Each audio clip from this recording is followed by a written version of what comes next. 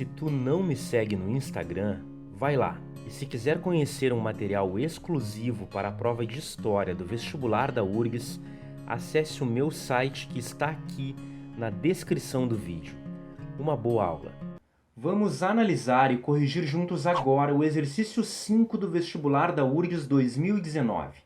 A temática dessa questão é a História da Arte, mais especificamente as mudanças promovidas pelo Renascimento italiano.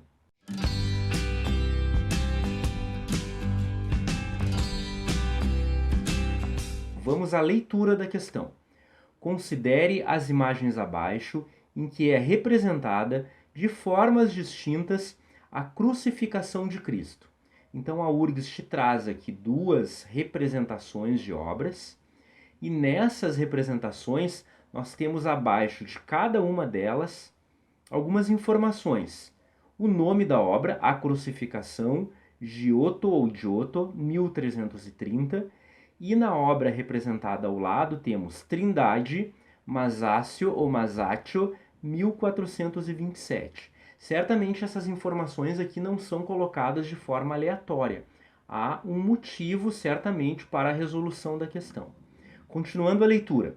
A comparação entre as duas pinturas mostra uma transformação fundamental na história da arte do Ocidente.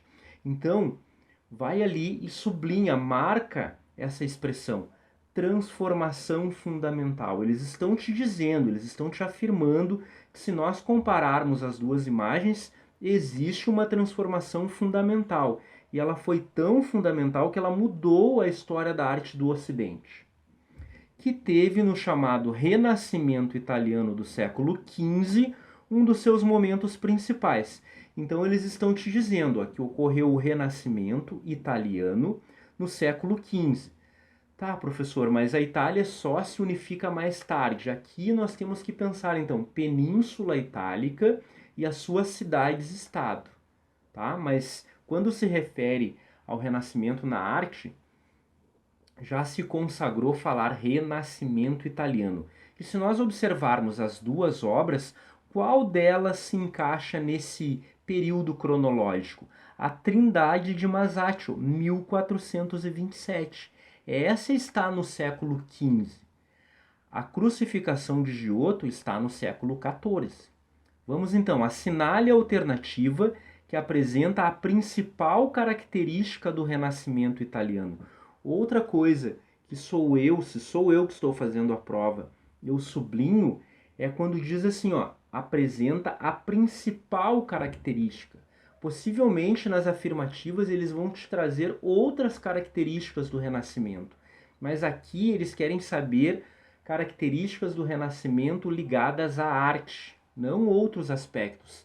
Nós sabemos que o Renascimento foi um movimento muito mais amplo, que atingiu a filosofia, a política, enfim, uma série de outros elementos, mas aqui é o Renascimento nas artes. Vamos para a primeira afirmativa.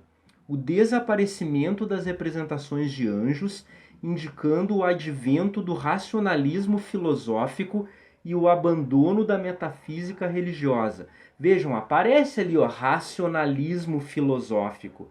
Agora, abandono da metafísica religiosa? Absolutamente errada. As duas imagens têm representações relacionadas à religião. Vamos para a afirmativa B. O aprimoramento do realismo estético na representação humana, não vejo isso em nenhuma das obras. Uma mudança significativa, melhor dizendo. Tanto na obra A Crucificação quanto na obra Trindade, nós temos representações humanas muito parecidas entre si. Então, dando continuidade à leitura. Afirmando o predomínio do humanismo em detrimento do antropocentrismo. São sinônimos. Como é que um vai estar em detrimento do outro, certo? Duas outras características do Renascimento também. Portanto, a afirmativa B, falsa, errada. Afirmativa C, o desenvolvimento da teoria da perspectiva geométrica, marcada pelo princípio do ponto de fuga, que favorecia a representação em profundidade dos espaços. Olha aqui, ó, temos o nosso gabarito. Letra C, Canadá. Se nós observarmos realmente a reprodução da obra Trindade de Masaccio aqui, a noção de profundidade fica evidente. Vejam, nós temos Jesus Cristo crucificado, temos um arco acima dele e lá no fundo, ó, nós temos um outro arco pintado. Né? A representação, imaginem que isso aqui é um afresco, um mural em uma igreja. E a observação parece que nós temos uma capela, né? Temos a noção de profundidade. E essa linha do ponto de fuga é uma técnica desenvolvida. Vamos traçar uma linha imaginária saindo dos pés de Jesus e chegando até o solo.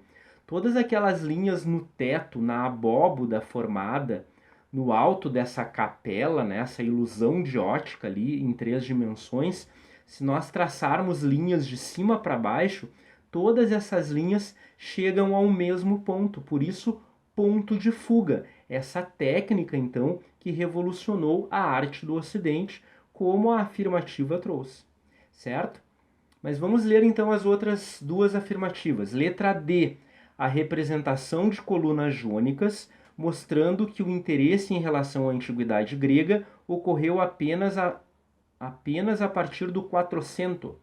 Vejam, gente, realmente há a representação de colunas jônicas, que são essas 2 colunas ao lado de Jesus aqui, mas o interesse pela antiguidade grega não ficou especificamente nesse período do Renascimento. Depois estudem lá as fases do Renascimento, tá? Em todo o período renascentista, a referência sempre foi a história greco-romana.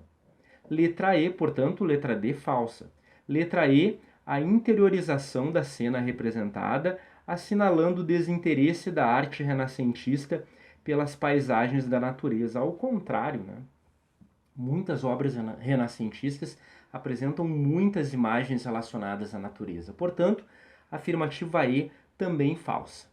Uma questão muito interessante de fazer, claro que à medida que a prova vai se desenvolvendo, ao dia da prova de matemática e de história, às vezes a gente não tem tanto tempo, então, digamos assim, a tranquilidade para fazer uma questão que exige uma elaboração, um raciocínio, uma análise de imagens, mas é uma questão muito bonita e muito legal de ser feita, certo? Bons estudos para ti e até a próxima correção.